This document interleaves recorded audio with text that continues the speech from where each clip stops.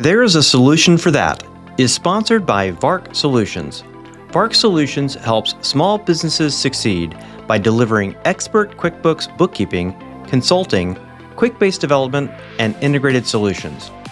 If you own a small to medium-sized business that uses QuickBooks or QuickBase, the experts at VARC Solutions can help. In business since 1999, with people who care and the knowledge and experience to solve your toughest problems. Visit varcsolutions.com for all your QuickBooks needs. Welcome back to another edition of There's a Solution for That, where we help small businesses succeed by discussing challenging business problems and best-in-class solutions. All right, welcome everybody to this week's episode. We have got a good one for you. A good buddy of mine named Brandon Kinsey of Kinsey Management is joining our podcast to talk about how to not create mission statements that suck, the problem of, when and how and what's the best way of creating a mission statements, how to make sure they get implemented and so that you can do it well, right? So welcome to the show, Brandon. Maybe just kind of tell everybody a little bit about you, how you got into this type of business of helping people like this. Well, hey, Brad. Thanks for having me. And same thing. Good buddy of mine. I'm happy to be here with you and enjoy spending time with you. My name is Brandon Kinsey. I'm the co-founder of Kinsey Management. We are I guess you would call us a consultancy that focuses on talent optimization and organizational performance. What we do is we help leaders make better people decisions and get the right people in the right seats doing the right things most of the time, or as much as possible. And how we got here is really a great story. I'll tell an abbreviated version. So I majored in sociology back in my college days, and my parents were, much to their chagrin, they wanted me to, focus on something else. That didn't seem like a great degree for the first person in your family to go to college. But I was fascinated by it. My focus was on organizational behavior, how people behave in bureaucracies. And then I go on and I coach football and teach social studies, mainly economics and history, for 15 years in the Pearland ISD in the Houston area. But my wife was an executive with a business background in the oil and gas industry. And her career had taken off really quick, and she had a sales and operations background, but they moved her into an organizational effectiveness role. She became a VP with global responsibilities very, very early in her career. She wasn't even 30. And what she was doing was over people strategy. And it was all about taking the mission and getting the people that they want, and then rewarding the behaviors I'm talking a 50,000 employee organization. And here I am coaching football.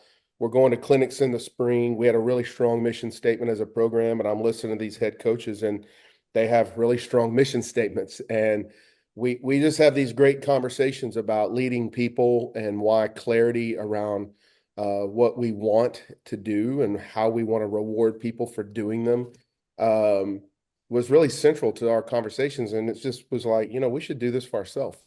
And it took us a while to kind of figure it out.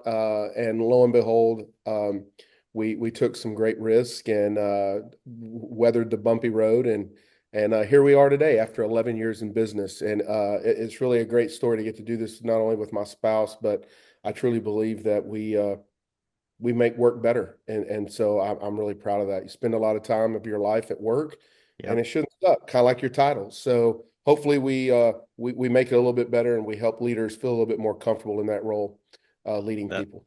That's awesome. Well, and I'm glad that you and your wife have figured out how to work together, especially as somebody whose job it is and his career is built around helping people work together. You better be able to do that, kind of like in your own household. But yeah, for sure. Psychometrics, Brad. We have to know each other on a deeper level. Yep. Working with a spouse, it's challenging. I mean, I've seen a few people do it well, and I've seen some people not do it well. And, so I'm glad you got it figured out. So we're talking about mission statements. I know that's just one of the many things that you're an expert at. And but it's in that context of helping a business grow, right? It's about helping a business have that clarity, getting people aligned, all those things that you do in that consultancy, working with those businesses to help them go faster and better. And obviously, mission statement is just one component. I know that, right? So, Mhm. but let's talk about that. So, like when you start working with a client, or just in the decade plus of experience that you've been doing this, how many companies that you start working with don't even have a mission statement? Like, what is there a percent? I mean, ballpark? Yeah, ballpark. I would say, and so I'm going to answer it two different ways. I would say 25%, it's probably a pretty low number of companies don't have any sort of mission at all. What's a higher number, all right, and I would actually recoin and say which companies actually have a living mission statement that they know and could recite and actually use to the advantage of the business. How many of those exist? I would say that number is even lower than 25%. So either way you Yeah. look at it, I would say 75 to 85% of businesses don't have a mission statement that A, that leadership uses to be a guiding light, or as we call it, a North Star for their Yep. employees. And they definitely aren't tying that mission together with marketing so that your clients, where you really see the power in it is when your clientele knows what your mission is and your employees know what the mission is, and there's an intersect between. And here's the most important thing, it's got to be true.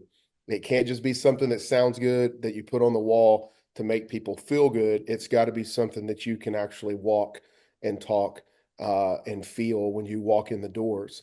Yep. Because you really don't have any better marketing team than your employees. And we live in a glass door society, so having a strong mission to us, we think is the difference maker. Well, that's awesome. And I mean, you've already gone to the end in mind, which is fantastic. But and you've touched on it already a few times about alignment. Mm, And so to your point, right? I'm sure it's very easy for somebody to on their own go create a mission statement, do it as an exercise that right. they put on their calendar one day and say, let's go do this, cobble it together, print it Mhm. up, stick it on a wall, and then 2 years later, 5 years later, people are like, what mission? What mission Right. statement? Or maybe even more to the maybe I think the point that you're also making is do are they living it, right? Like I think you said, is it the truth, right? It's Mhm. one thing to have it, but if you're not living it and your people don't connect with it, obviously those could be problems. So let's go a little bit deeper on this, and I'm sure this next question you could probably talk for 2 straight hours, um, because I'm sure there's a lot there. But maybe just talk about what are some of the common problems that you're seeing in a business with their mission statements. Obviously, your job is to fix that and make it better, but Right. what are some of the problems you see? Well, I would say the first problem is just a lack of knowledge. Yeah, we have a mission statement. What is it? I'm not sure. Let me see if I can dig it up. Okay, it's words on paper. They're two-dimensional. They're paper thin. They're not even skin deep, and they're not impacting any behavior at work. So that to me is problem number one. Very just off the cuff. Problem number two, even when like my one of the last clients that I worked with that we did some mission work, they're too long. They're wordy. They're long. They don't. I mean, they're a paragraph, and they really should be a concise sentence. And some of them are way too specific. Some of them are way too pie in the sky. Some of them don't even relate to the industry that they're in. So these are just some of the common things that we see, in mission statements that make them either completely unapproachable, completely unrelatable. But I would say, for the lack of a better term, just unfunctional. They don't provide any sort of real everyday value to the employee. And I think it's a big loss. Well, I mean, I don't know if people that are listening to this right now are getting the same thing that I'm hearing, but um, I mean, what you're saying is profound in that I don't know if people in most businesses approach a mission statement with the whole mindset that this should be a functional thing. Mhm. Right? It's like, I mean, it's like just like everybody jumping on AI. It's just a thing to do, right? And so you did it, and you said you've done it, and now you're moving on with no intention of necessarily making it actionable. So, I mean, is that a pretty common thing that you're seeing as well? Yeah, I think what happened is somewhere along the way, we've got jaded and disenfranchised with the whole concept of, let's take the word culture. I think Google almost 20 years ago kind of ruined that when they started showing pictures of, oh, we've got bean bags and beer taps and ping pong tables. This is how we work. And, other companies were like, well, how do you get anything done? That's not applicable to my business. And so I think even though culture is a buzzword and it gets talked about, there's a jaded sense of, does it really exist and can we really create it? And man, it's really hard and expensive, which I don't believe it is. I would argue that we've done the same thing with mission statements. We've seen these corporate mission statements that are so big, they feel like it's only for the big companies. It's only for these certain types of brands. And what they don't realize, I think, and again, it's a jaded response to. I like to use this example, Brad, is like the framers of the Constitution. They actually, in words, they laid out a North Star for a nation to follow. Okay, and it's been a very successful document for a long many years. Mission statements should be the same thing. They should be a guiding principle of how your organization makes decisions. They should be flexible enough so that you can make changes and evolve, but they also should provide a framework and a set of guardrails so that employees understand and can predict and know what are our leaders are about. How are they going to handle the unpredictable? I mean, the rate of change in our world today is amazing, and the volatility and the uncertainty, and we see it in the social fabric of politics and economics in this global world that we live in, and even the digitization of almost everything that we do, the advent of AI. I mean, it feels almost overwhelming for the average everyday employee who's just trying to go to work, have a sense of purpose, and provide for a family. So when you can give those people the safety and security of, this is who we are, this is what we are about, this is what long term looks like with us, and it truly guides the decision making process. Hmm. I think it's a structural advantage for the organization. And when you do it right, it starts to impact culture and it starts to become who you are. So it actually grows legs. It becomes a living document that impacts behavior on the day to day.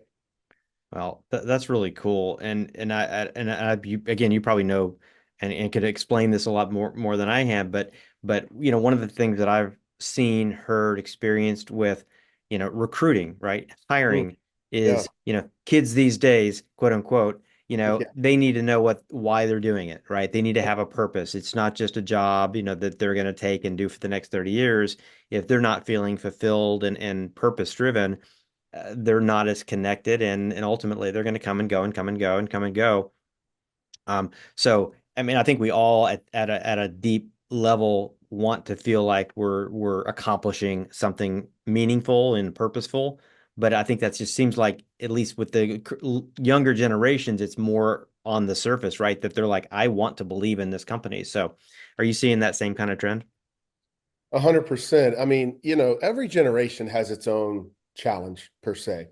I'll be candid. I'm in the sandwich generation, Generation X, and we were raised kind of by the boomers, and I get the hard work and ethic and the grit that the baby boomers have, and they, for a lot of the baby boomers, they stayed at one company for years, and they toiled and went to the salt mines, if you will, and took their lunch pails, and they took on bad situations and bosses they didn't like, and they just gritted it out. And some of them did it because of the pay. Some of them did it because that's just what you do.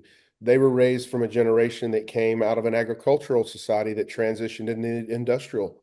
And they were raised to be frugal through the Great Depression. And there was all these things that impact a generation's overall attitude and behavior. Again, that's mass grouping. You got to be careful when you do it.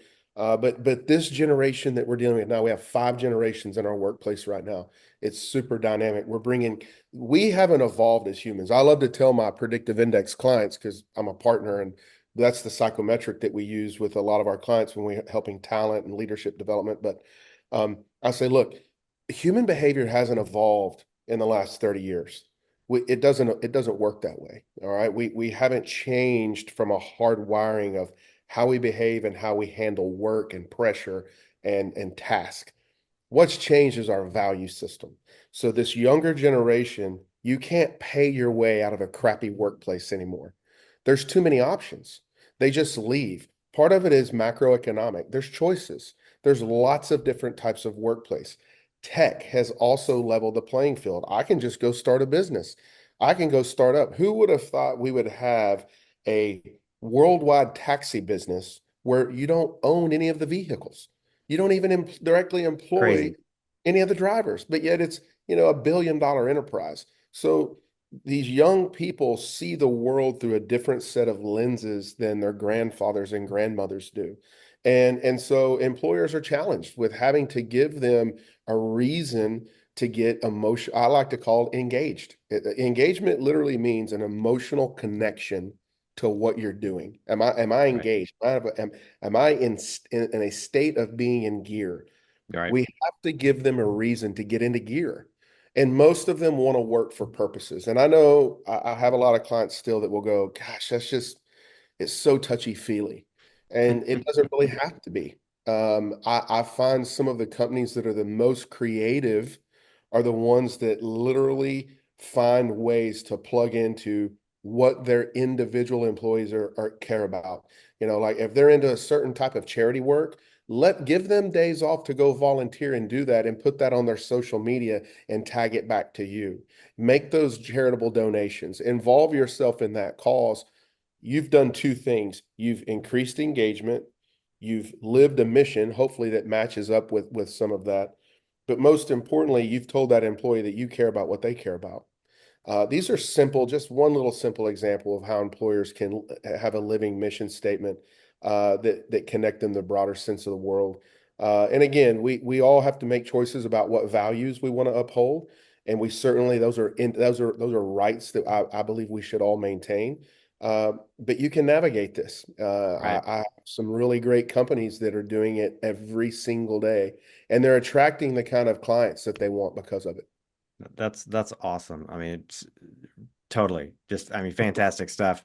One of the things, I wasn't actually planning on asking you this question, but it kind of occurred to me while you were talking, and that's, you've talked a little bit about some of the problems with mission statements, Mhm. and let's say that you've worked with someone like you, right, that's trying to help a company make a better one, improve it.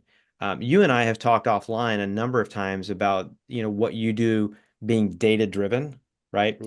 You're not just, it's just not how you feel about it. It's like, what does the data actually say? So I'm just curious, like, how do you know if you've got a good one? I mean, let's say you did the work. Right. How do you know if you got a good one?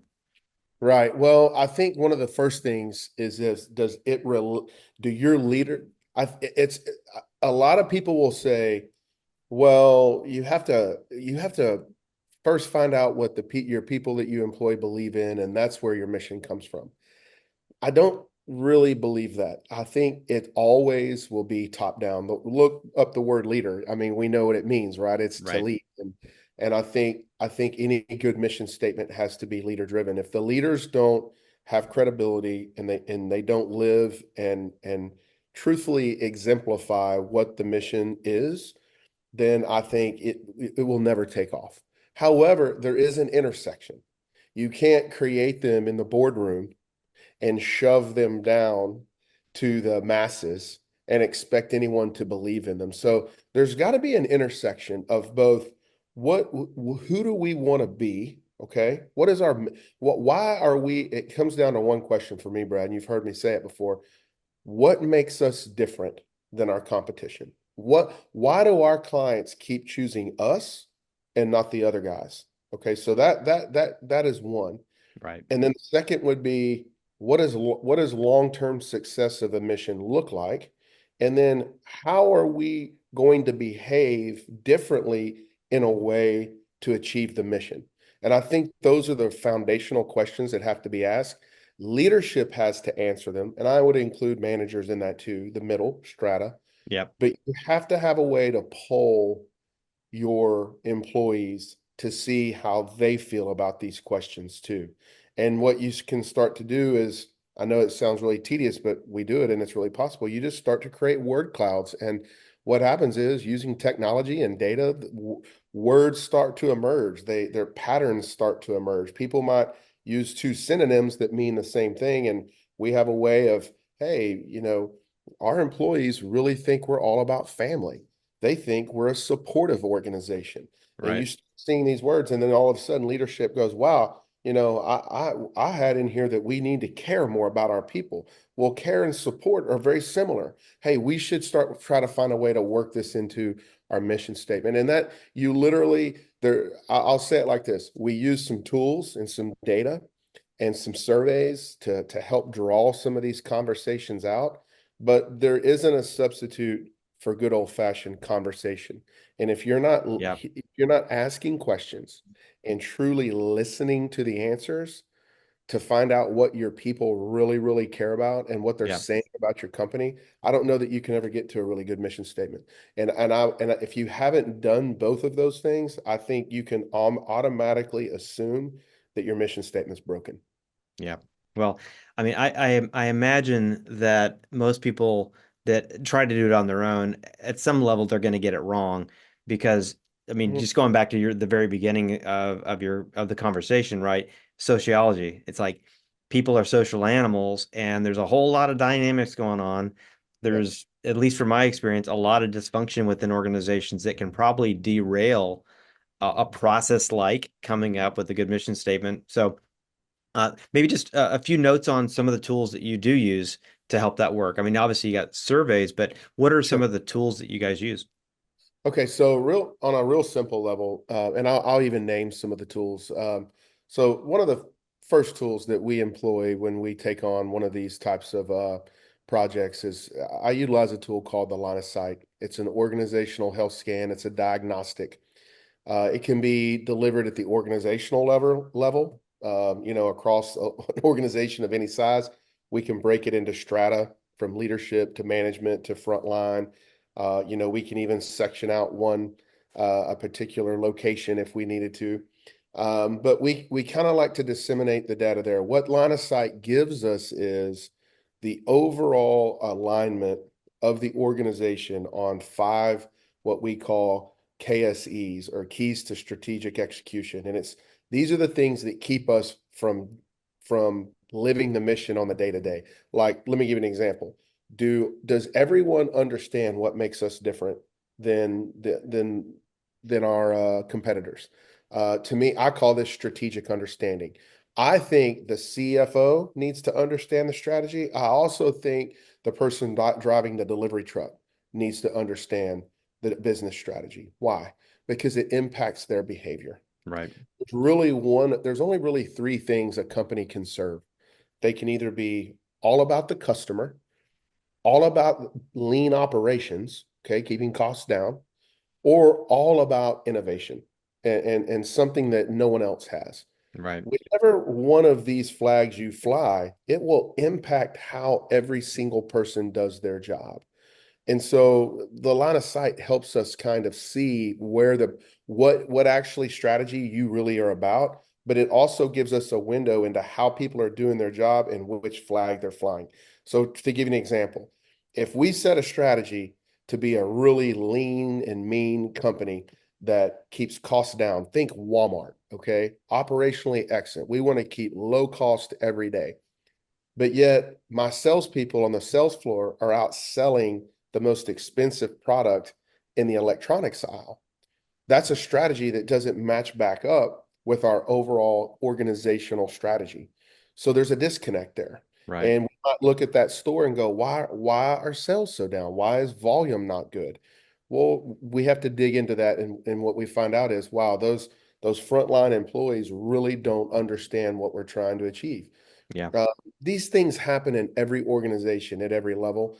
And so we like line of sight. It helps flush those out. The second thing we like is there are times where we need to do engagement surveys where we really get a pulse on the fluffy things that the people feel about the company, feel about their bosses, feel about the current mission and the direction of their company.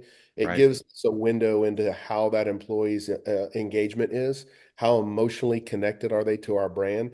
It's not something we need all the time, but if the company's large enough or we have big enough problems, what you have to do first is let the frontline employee and your managers know, I care how you feel and what you think. I know that sounds touchy-feely, but my question would be, we do the same thing with our children because we care about them, Right. because we want them to grow in a certain way. We do the same thing in our relationships because why? We care about them and we want them to grow in a certain direction. Why wouldn't we do them with our employees? There has to be the same thought process. And then we do have some opportunity where if we run into some roadblocks, a one-to-one, maybe two leaders, we can always employ the predictive index to kind of help us understand what motivates and drives people. We helps us how to communicate, even position arguments, resolve a conflict, bring people together. Last but not least, good old-fashioned Q&A, Brad. I think one of the best tactics I've ever seen is the CEO sent out a company 3 questions on a company-wide email. What does working here make you feel like? What is one word that makes you that when you see our logo, what does it make you think? And what is 3 things you'd like to improve about our company?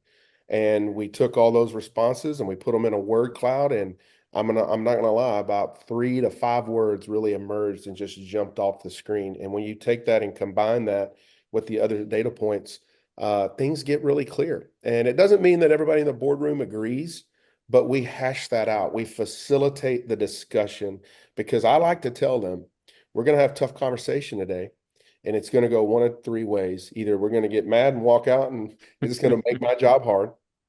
We're going to fight this out or come to an agreement, or we're going to know from the minute we read what the people, your people that depend on you for taking care of their families, your employees, you're going to you're going to care about what they're going to say, and we're going to come together on this really quick. Yeah. And normally it's number 2 and number 3. Yeah. Normally we have to hash these things out. And look, leaders create fiefdoms not out of uh, it's not out of because they don't care about employees. What it really boils down to is they only know what they know, right? So if I'm a CFO, I'm taking care of the numbers. Everything becomes bottom line driven. It's the Right. most important thing that I do.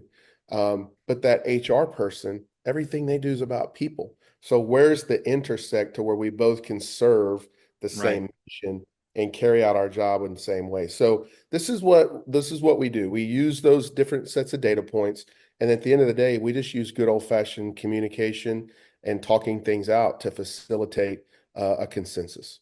That's fantastic, man. Just great, great suggestions and actionable stuff, right? It's like, I mean, well, okay, yeah, go talk to people.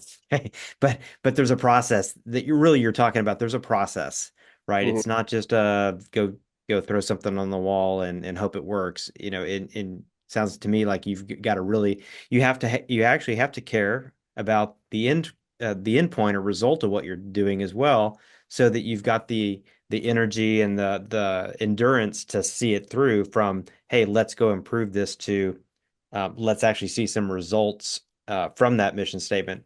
So very, very good stuff. One of the questions that I always see online, you Google mission statements, there's going to be a question on there about like, what's the difference between a mission statement and a vision statement? And I know you've Oh got some yeah, thoughts on that. yeah. Here's my kind of spin on that. I mean, I want to hear that answer. Like, what do you feel the difference is? But also just, since you are about results and actionable insights, functionally, what is the difference between a mission statement and a vision statement? Right. That's a great question. And I'll throw this little disclaimer out before I answer. Several of my clients, they utilize EOS, okay, the entrepreneurial operating system. And so, EOS already has kind of a framework built. It's very similar to what I'm talking about. It has a framework for developing, and they're big on vision, okay? And so I want to throw out before I say this, mission, vision, strategic intent is my iteration on it.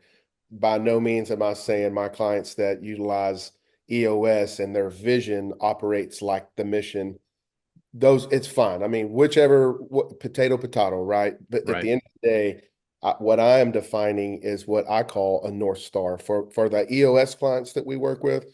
The tools we use and the information. So EOS is it's their process. We give them the meat and potatoes of how to prioritize and set rocks. So we kind of feed the system. But let's just say that you don't have anything like that, okay? That's already kind of dictating what is mission and vision. What does that really mean? I start with we have to create a North Star. We have to create something that every single person in the organization can look to, no matter where they sit and where they stand, and know what makes us different. Okay. So, mission, in my definition, is our purpose. Okay. It's why our organization exists. We exist to. And then from there, we have to make choices, right, on what that is. But at the Right. end of the day, I would define mission as our purpose statement. It's our mission. And I think, Okay. like Simon Sinek said, I'm a big fan of Simon Sinek, and he don't get the millions and millions of followers that he has and be wrong. You have to start with why. And so for us, mission, I use again synonymously, it is a North Star, it's your guiding principle, it's your purpose, it's your why statement. And I'll go a little deeper that in just a second, Brad, but let's kind of pause on mission there. Vision complements mission for us because vision is what long-term success of the mission looks like. So when I introduced myself to you, I said, we're a consultancy, and our job, I basically stated you our mission statement is to help leaders make better, more data-driven people decisions. That's our mission. So what does it look like if I do a good job of that? If I do a good job of that, there is long-term affiliation. My vision is to become a trusted advisor with the companies that we work with. I don't want to be like the consultant, like the Bobs, right? Who do meaningless work to attach themselves to a fictitious problem. What we want to do is move the needle on the things that matter. And when you have and I may go back to the bench for several innings or even a few games when things are going well, but when things come off the tracks, you can, signal us in.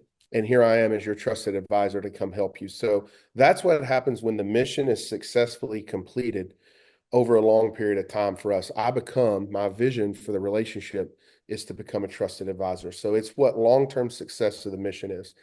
And then the last thing for us is something that you very rarely ever see. And even most clients will go, what is that? I've never heard this. We call it strategic intent. It's basically your top line strategy. It's what are we going to do different to make the mission happen? If Hmm. I if, if I set out, if I say, look, if we're going to climb Mount Everest. That's our mission. All right. Let's use it in a very tangible set of terms. Well, I better have a strategy of how we're going to make that happen. Okay. I better know what equipment to buy, where to find a guide, how to survive. Better Yeah, I get was gonna say some. my strategy is don't die. Yeah. That's also a good strategy, which is maybe buying the right equipment. In fact, because I hate heights, mine would be to don't go. Yeah, But neither here nor there. There's behaviors that are driven by whatever the mission is. So for us, the strategic intent is our top line strategy. What are we going to do differently to make sure that our mission is success? Okay, so I can give you lots of examples, and whenever you're ready, we can plow into them. But I think if I had to summarize one last time, for us, and I can tweak and change this for whatever terminology or operating system our clients use, right? But if you came to me and you have nothing and you're starting at square one, I would say we have to formulate a mission, vision, and strategic intent. We have to understand why your company exists, what long-term success for the mission looks like, so we can give our clients and our customers, we can paint the picture for what working with us for a long time looks like. And then what are we really going to do to make sure that our people are successful at helping us complete the mission, because you can't do it without employees. that's It's really, that's awesome. That's awesome. So I have a follow-up question. So yeah. almost like breaking down a mission statement. What you kind of said in my own words is, or at least part of what you just said was, you these mission statements, these vision statements, they can't just be a cookie cutter. Google it. Hey, Chat GBT, give me a good mission statement for a realtor or, a lawyer, an attorney business, right? I'm sure you could, but it's going to be a very cookie cutter type of thing. And so even though what you ultimately want to do is craft one that's unique and special and meaningful and impactful to your organization, I've got to imagine there are certain components that a mission statement are going to have. Maybe kind of talk just a kind of like mission statement 101. What are some of the components that you've seen in a good mission statement? Like, what do they Okay. touch on? Yeah, yeah. Well, the first thing that I'll say is good mission, vision, and strategic intent statements are short. They're short, concise. In fact, they should be something that you can easily either recite verbatim or kind of like I do, you can kind of high level get the gist of it, right? Like you Right. can ad lib it off the top of your head. And you would hope that in time with a good communication strategy, anybody in your company could do the same. That becomes crazy powerful. I could go into so many details about the psychological advantages of having a mission statement that's simple and repeatable, Right. that people believe and that they believe that it lives out in actuality. But that's one thing. I think other things, they have to be personal. They've got to feel approachable. And what I mean by that is they have to seem realistic. Like, Kinsey Management being a talent and organizational health consultancy, I wouldn't want to say, we want to save the whales. We want to make clean oceans, is our mission. Um, it doesn't tie back to why I exist. It doesn't tie back to my value proposition to my customers. Um, to be honest, it might relate because I do live in a coastal county in Galveston County.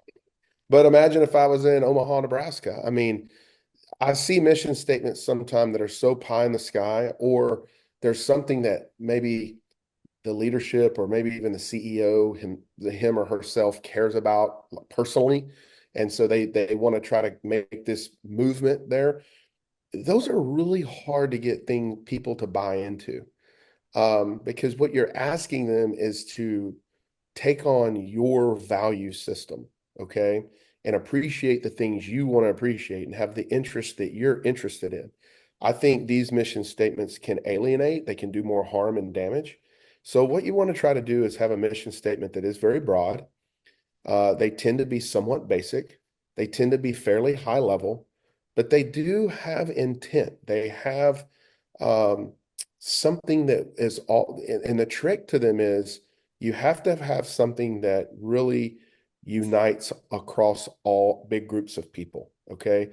Um, I like to use the example of Southwest Airlines. Every time I do, I think people get all angry now because they're like, we're always late now. They took away great seating. And, I mean, things change over time. I would still think they're still a value carrier, right? But it's funny that they created such a loyal following with the heart emblem. And the whole thing was, we care about people. Like it felt like the everyday man's airline, and where there was no elitist hierarchy of you get on first and you get this seat and you don't. And, like it made people feel good because the whole thing was about, well, we care about our people. All right. So how does that trickle into the rest of the company? It was huge on safety. We really relate Southwest Airlines to being, a great low cost air carrier that's safe. We think about them as being really, really safe. Why? Well, their top line strategy, what their mission was to be really operationally lean. That's why you got peanuts, and we're excited about it. I mean, they had commercials about it. You literally got peanuts when you got on their flight. There was no fluff and no frills. I miss the peanuts.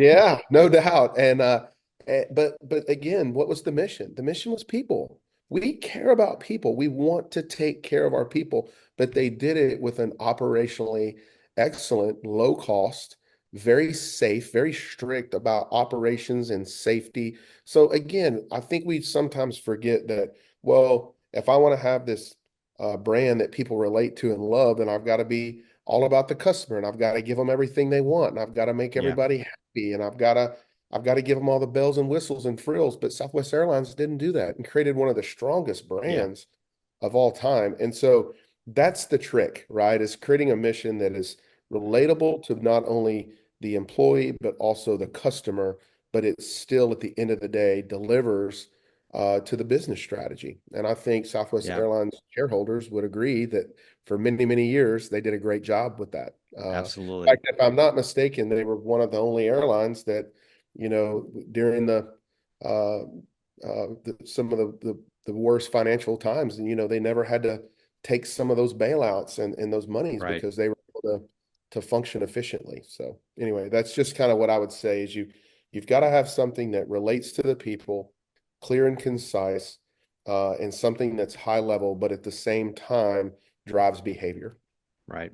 Well, and it sounds like at a real level, you kind of have to know as an organization what you're all about, right? And if you Yep. don't, right, if you're just like, hey, our job is to, sell 1 million homes, or make it like you mentioned this offline a few times, like if it's about just making $1 billion, it's Yeah. that's nobody's going to get behind that other than the investors and the Right. shareholders, right? They might, but sounds like just knowing what you're about, um, which I imagine is not an easy process to figure out. I mean, you might, but I imagine it's a process you've got to go through, and it sounds like you've got to do the hard work to figure it out. Someone like you, who's an expert at it, really can help a business flesh that out, and facilitate some of those conversations. Because I'm sure that, you start getting disagreement. That doesn't mean you've got the wrong thing. It just means there isn't that alignment. So let me ask you the follow-up question. Okay, so let's say you've got a good mission statement, right? You've done the work, Okay. and you've crafted an amazing mission statement that connects with the people. It's not all pie in the sky, like we just want to improve the world. It's meaningful and maybe specific to your organization. How do you go from that to implementing it in an organization so it doesn't just become that thing that's on a wall? Yeah, that's a great question. So, the first thing I would say, if you have a great mission and you feel really good about it and it's working and it's clear and concise and it works in your market and with your people, the first thing I would say is take one extra step and create that vision and that strategic intent. And I'll allude to why in just a second. But to finish answering your question specifically, the very first thing you have to do, and this is any company of any size in any industry, you got to tell people what your mission is. Okay. And it's kind of, Go figure, right? yeah, it's like it's so funny. Like in sales, he's like, yeah, well, yeah, it's all about asking questions, but marketing is all about telling them why, right? And telling them why you're the best. And so you got to really go into you got to get into gear with your both what I like to call internal and external marketing. And general rule of thumb is you have to do something or put something in front of somebody around 17 times before you really pierce their attention barrier. They may look at it, they may read it, they may save it, but it doesn't actually embed neurally until they've seen it 17 plus times. So when we work with a client who's come up with this great mission, or if you've done the research and you've really tweaked yours and you feel like you've nailed yours with your process, my next thing would be, have you told anybody about it? And don't start externally with customers. That's our natural instinct is I gotta go tell the world. Go stick it on I a would website. Yeah, I would challenge you to tell your employees first. And with some of the examples that I see are town halls, newsletters. Uh, I've seen some CEOs who like to jump on the Zoom and video themselves and give a 2 or 3 minute, state of how things are going once a month or once a quarter. I think posting them on the wall in the break room is great. I think putting them on your website is great. I think putting them on your documents. We actually, on one of the charities that I serve on, we do a mission moment. Every committee starts with what our mission is and what we're trying to achieve so that as we go into that committee and have to make some decisions about what we're doing and how we're going to fulfill the mission, it's always in the back of our minds. So it's framing up our decision-making process. So I But think how do you go, just to yeah, interrupt for a second, how do you go from yeah, that being a formulaic checklist of things to do, like sticking it here, putting it Oh, there. yeah. How do you go from that to like making it real? Well, the first thing that it's got to become a habit. It's got to be something that you do, not out of, um, okay, I've got to do this month and I've got to do it for the next 12 and then we're done with it. It has to become ingrained in the habit. It becomes a part of your, what I like to call your corporate, behavior. Maybe those newsletters or whatever that it is that you're doing. It's just who you are and what you do, and they become habitual. But communication is only as good as the understanding, right? So I think to your question, what you're really asking me is, um, how do you get people to understand? How do you know how people it resonates with the people that you've put it forth to? And so I think you have to do that in two ways. First, internally, I think that's where surveying and really talking to people. A lot of times when we do one of these projects, one of the tactics we use is focus groups, and we encourage the managers, hey, when you have meetings, Yeah. ask these two or three questions in the meeting, about how things are going and what's going on.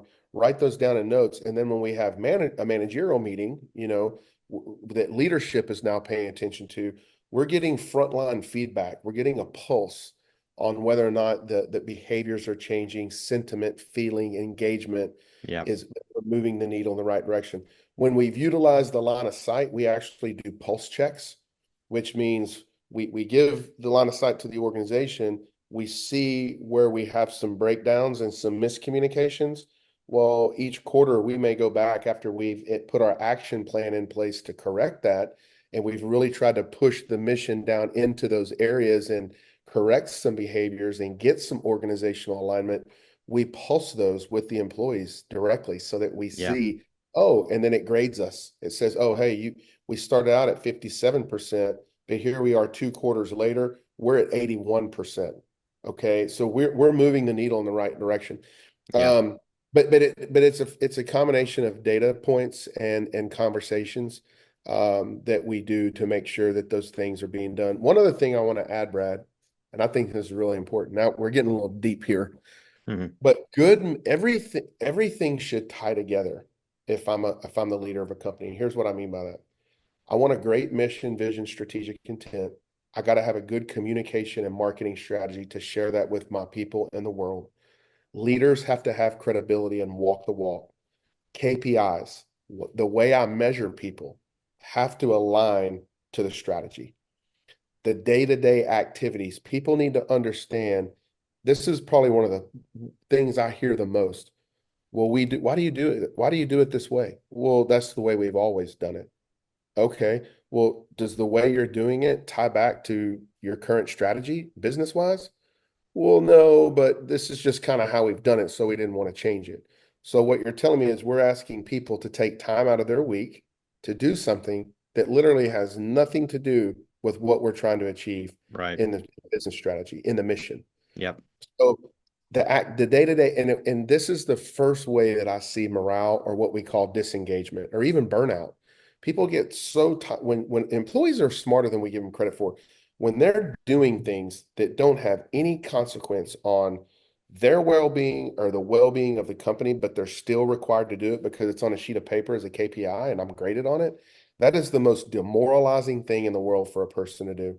So to tie that together and then with the mission is very, very important. And I think even in doing so, when you do that's why I always tell people doing sitting down doing performance review is critically important to the mission. And they go, well, how is that? How else am I getting feedback and knowledge if the things that I'm grading them on are actually helping us as a company achieve the goals that leadership has set forth? Right. And how does that person have a sense of purpose in knowing that, hey, what I'm doing is actually helping achieve this mission that I believe in? That right there is what gives people a sense of purpose. Yep. Psychologically, in this generation, this is one of their strongest points they bring to the table. Right. They want to be a part of something bigger than themselves. Yep. They want to feel like they're connected to the world around them. When employers can tap into that, that the degree of emotional connection is really, really high. And they will work really, really hard and do really high level, high quality work when you've connected to that. But all this has to connect. This is all an Yeah. organizational strategy that has to connect, but it starts with the mission. That's so cool. And and when I think of it, when I think of it as well, it's like you've got to hear it. I mean, that's saying it and hearing it are one thing. You've got to internalize it, right? And then eventually, if you're doing it right, there's a belief element, right? Yeah. I heard it. I'm living it Yeah. now. I believe in this mission. I believe it. And I imagine just the whole congruence between what a leader says and what a leader does, how an organization, what they say that they're about and how they live that out goes a long way to either reinforcing or dismantling, the hard work that maybe was put into a mission. Like when I think of ours, which in a nutshell is to help small businesses succeed. Okay. We list kind of a few ways we do that, but we're all about helping a small business succeed. And so I can imagine, if my salespeople are out, trying to overcharge for a specific product or service, that Right. it doesn't necessarily help that small business Yep. succeed. So if I'm reinforcing that, that's bad, right? Um, you talk about like, a number of years ago when I forget exactly what bank. I think it started with a W and ended with an F, something along those lines, where they were, the people were opening up accounts, not real accounts, but that's how they were rewarded. There's a disconnect, right? Somewhere within that Disconnect. organization.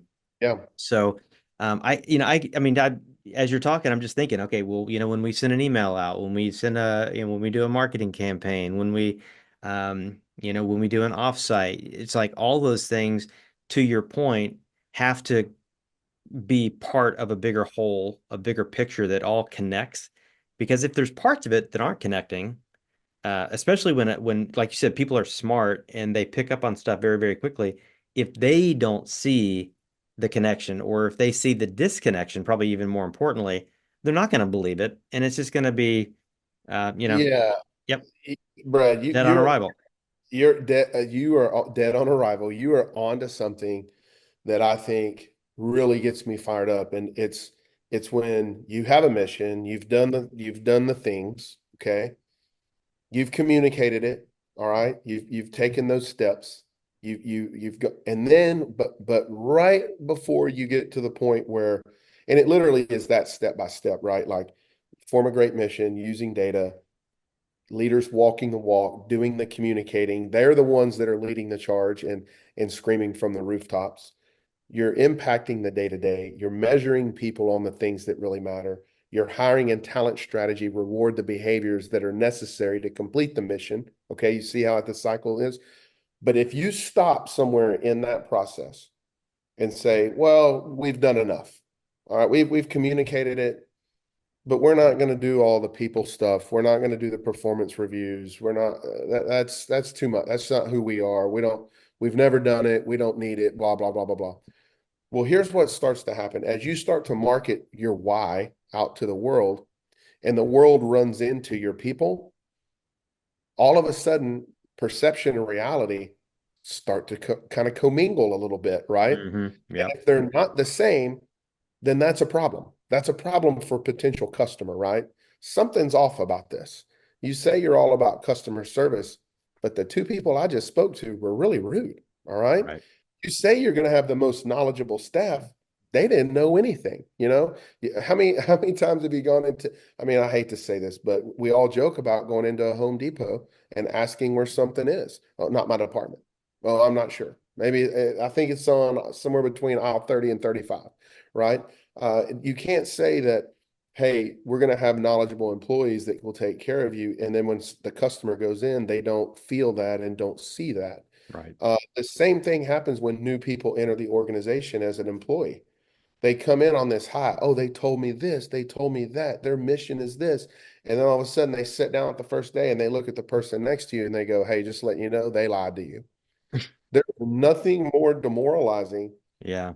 that person in that first 90 days realizing that nothing that they told me or promised me is reality. And Wow. so I see that happen a lot. It really hurts me because we feel like our society has in some ways rewarded the quick fix, Yeah. the quick rise to the top, the get rich quick, that we got lucky. And I just don't see that with the best companies. The best companies, they're more about process than outcome. And they follow these procedures that we kind of outline to a T. Yeah. And yeah, it may take 6 months, a year. And in some cases, we've done them where it's really taken 18 months to 2 years before they see it. But they emerge on the other side of this more profitable, or they end up on the Houston Chronicle best places to work. You go from a company that was bankrupt, had a 60% turnover rate from manager down. Okay, it was a revolving door, to 18 months later was on the Chronicle best places to work, and has continued to replicate that process year after year after year. That's Why? fantastic. Uh, Strong mission that came straight from focus groups. Leaders met the employees in the middle. They gave them a sense of purpose. They reward the behaviors that help them complete the mission. They measure people on the things that matter. The daily routine matches things that help complete the mission. And at the end of the day, there's a talent strategy there that rewards and looks for ways to get people in the right seats and elevate them when they do a good job. Wow. And all of a sudden, you find an organization that everybody wants to be at, and it becomes self-fulfilling. And so those things are possible. That's a real story right here in Houston, Texas. And I've Yeah. got stories like that with really big publicly traded companies and in small ones. But I will say this: you said this earlier. We all want to make money. I don't want to finish this conversation and it not being said that profit is not bad, and it is a good thing, and we are all in it for profit, just like families need profit to provide for families. Business owners profit because of the risk they take in owning the business. I'm in that same boat. But to say that you can't do both, that you can't run a profitable business that provides a sense of purpose and treats people the right way and gives them a North Star in a crazy world, it's just simply not true. And if all you're going to be about is being a $40 million firm, I mean, that's what we got to hit, the $40 million. My argument would be that single parent with a sick baby who wakes up in the morning and got bills to pay, you being a $40 million company, do you really think that's going to keep them from calling in and not coming to work and costing you productivity? But Yeah. if you have a mission and a North Star that they relate to, that gives them a sense of purpose, and they know that when they're in a time of need, they're treated like a real person and they're valued, people will show up.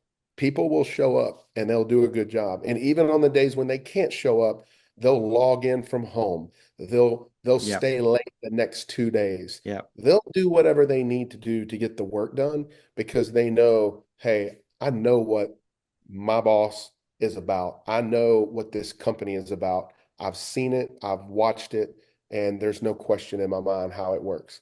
And so these are Yeah. the things I think every business owner should strive to have. That's culture within a nutshell, Brad. That's the other thing Yeah. too. I hear a lot of people say, they go, I just don't know what kind of culture we want. And I'm like, you don't have to pick one out of a catalog.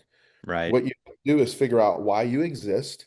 You have to get it down on paper. You have to communicate it. You got to start living it and then let people start feeling it. And your culture will emerge. It will happen.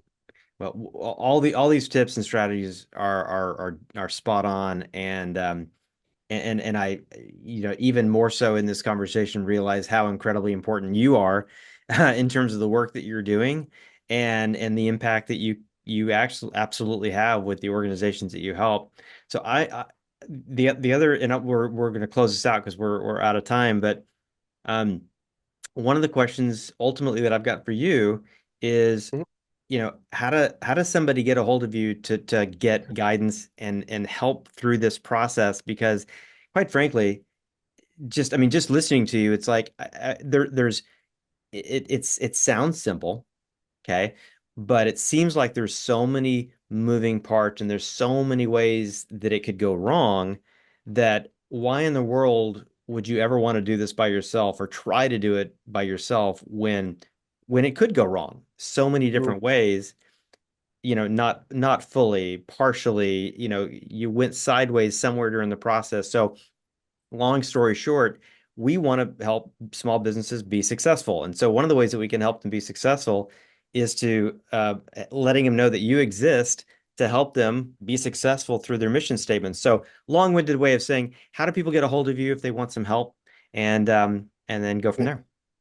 Yeah, I appreciate it, Brad. Well, the first thing I would say is, well, if you're a business owner out here and you're listening to that, you're really good at what you do. Whatever your industry is, whatever your idea was, your niche, you're great at it. That's what got you there. It probably wasn't crafting mission statements and talent strategy and organizational health. So that's what my niche is. So definitely, if it's something that you know is a problem, and a lot of times we sense it as leaders, we lay in bed at night and we just can feel the disconnect, the misalignment, the silos, people going after their own agendas, people disconnected, disengaged. If you're feeling that, just reach out, and there's ways that we can get back on the rails and give you some control and some sleep at night. The easiest way, if you're a VARC Solutions, VARC client, is to reach out to Casey or go through the partner portal, because you'll find a Kinsey Management there. I'm proud to work with you guys, Brad, and definitely, and I'm also a client, so proud on both ends. If you want to reach out to me directly, my email is like my first name, B as in boy, last name Kinsey, at kinseymgmt.com. So it's like management abbreviated.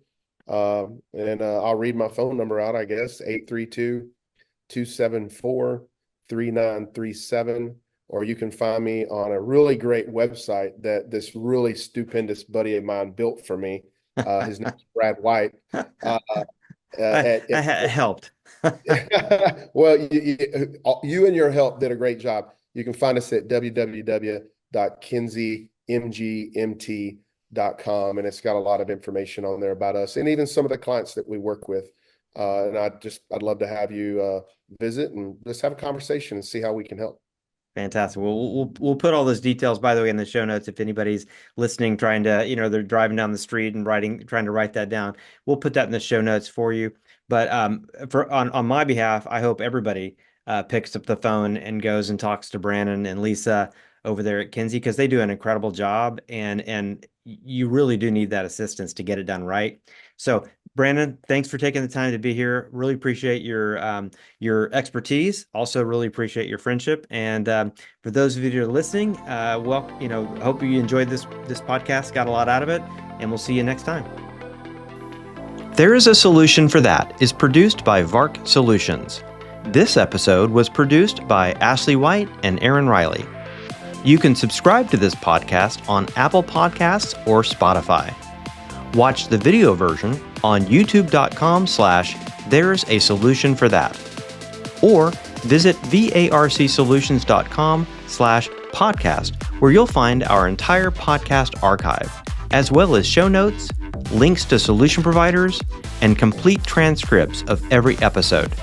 If you love the podcast, please leave a review with your comments.